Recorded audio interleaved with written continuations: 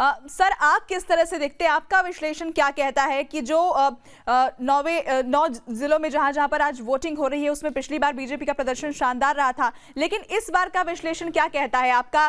क्या जो टक्कर है वो बीजेपी और समाजवादी पार्टी के बीच में है, या फिर आप कहीं पर मुकाबला त्रिकोणीय भी देख रहे हैं?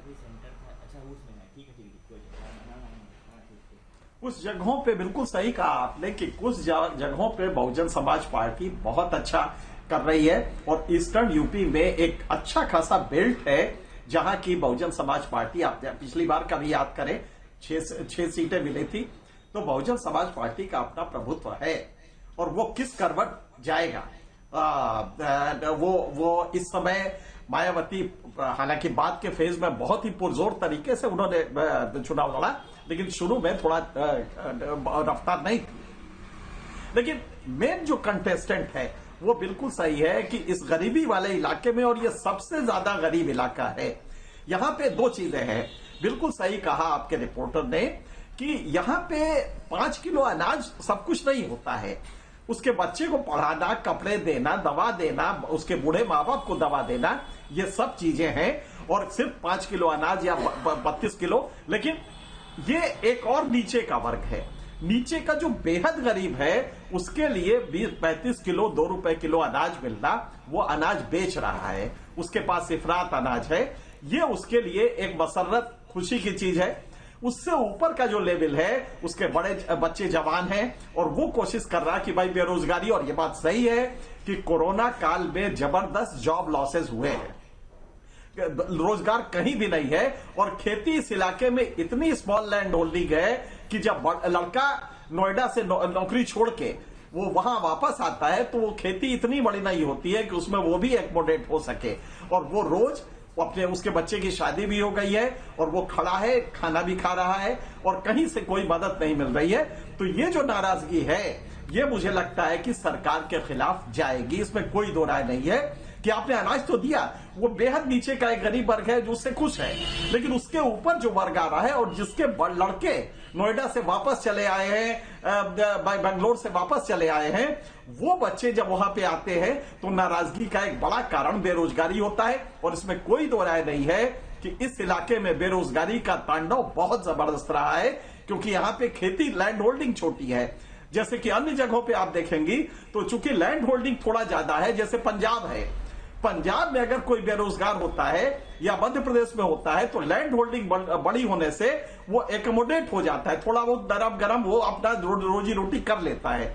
लेकिन यही स्थिति इस इलाके में नहीं है, क्योंकि लैंड होल्डिंग औसत 0.4 हेक्टेयर पर हाउस होल्ड है। लिहाजा वो लड़का जब बेरोजगार होके आता है तो उसका दंश परिवार नहीं झेल पाता और लड़के का आक्रोश बहुत ज्यादा होता है। मुझे लगता है कि ये एक बड़ा इश्यू है जो कि इस चुनाव में मैटर करेगा, क्योंकि आप 5 किलो अनाज देके सब कुछ नहीं ले सकते, उसके लिए और भी जरूरियातें होती हैं। जी, बहुत शुक्रिया एनके सिंह सर आपका हमारे साथ जुड़ने के लिए और ये तमाम बातें, अपना विश्लेषण हमारे साथ रखने के लिए। इस वक्त हमारे साथ एक और खास मेहमान जुड़ गए हैं, उनका रुख कर लेते हैं। अवधेश सिंह सर हैं, वरिष्ठ पत्रकार हमारे साथ जुड़े हैं। सर, आपका विश्लेषण क्या कहता है, क्योंकि इसी पर लगातार हम चर्चा कर रहे हैं। 9 जिलों में आज वोट डाले जा रहे हैं, 54 सीटों पर मतदान हो रहा है और सभी सीटें जो है पूर्वांचल की है। पूर्वांचल को साधना कितना जरूरी है उत्तर प्रदेश में, खासतौर पर लखनऊ की गद्दी तक पहुंचने के लिए, इसे किस तरह से आप देखते हैं? देखिए, वैसे तो हर फेज अपने आप में महत्वपूर्ण है और 2017 के चुनाव में, जैसा आप जानती हैं, भारतीय जनता पार्टी ने सभी क्षेत्रों में बेहतर किया था। ये एक ऐसा क्षेत्र था जिसमें उसे बाकी क्षेत्रों की तुलना में थोड़ी कम सफलता मिली थी।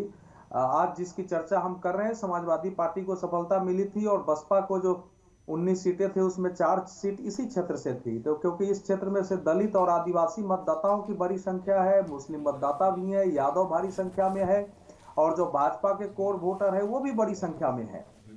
तो इस नाते ये क्षेत्र, चूंकि ये माना जा रहा है कि पश्चिम में कई कारणों से, चूंकि मुसलमान आक्रामक होकर इस बार भाजपा के विरुद्ध मतदान कर रहे हैं, ज्यादा से ज्यादा संख्या में आ रहे हैं, दूर दूर से काम करने वाले अपना किराया देकर मतदान करने आने वाले हैं, और उनके साथ अगर यादव और दूसरी कुछ जातियों का समीकरण बैठा है तो उसका असर भाजपा की सीटों पर पड़ेगा। तो उसकी भरपाई की कोशिश की बात इस क्षेत्र में हो रही है। जी, हेलो, अवधेश सिंह जी, आप क्या मानते हैं? क्योंकि हम ठीक है सुन रहा हूं। तो नहीं, मेरा अपना मानना है, इस समय जो मैं उन क्षेत्रों में रहा हूं, कि इस समय का जो मनोविज्ञान है मतदाताओं का, वो कई स्तरों पर थोड़ा विभाजित है।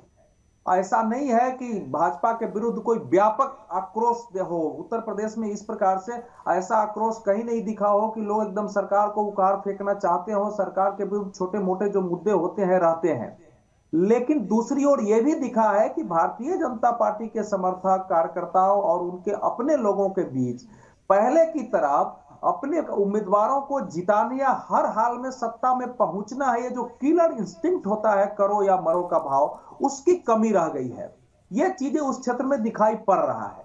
अब उसमें ये कितना बीजेपी के लिए महंगा पड़ता है, ये कितना वो देखना होगा। लेकिन इसके साथ साथ ये भी सही है कि कानून और व्यवस्था इस क्षेत्र में भी एक बड़ा मुद्दा रहा है। जो लोगों तक कठिन समय में लोगों को राशन और अन्य सुविधाएं मिली है, नकदी हस्तांतरण हुआ है, वो भी बड़ी भूमिका निभा रहा है। और व्यापारियों के अंदर यद्यपि बीजेपी सरकार से थोड़ा असंतोष है, लेकिन उनको लगता है कि कानून और व्यवस्था इस क्षेत्र, इस सरकार के अंदर बेहतर रही है, इसलिए वो निकल के वोटिंग भी करने आ रहे हैं।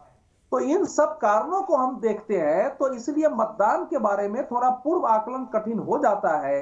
यद्यपि सपा के मतदाता आक्रामक होकर, प्रखर होकर बाहर है, मतदान भी कर रहे हैं, बोल भी रहे हैं, लेकिन बीजेपी के भी जो अन्य हलकों में वोटर पैदा हुए हैं, वो शांत होते हुए भी वोट कर रहे होंगे और इसका असर मतदान परिणाम पर हमको दिखाई देगा।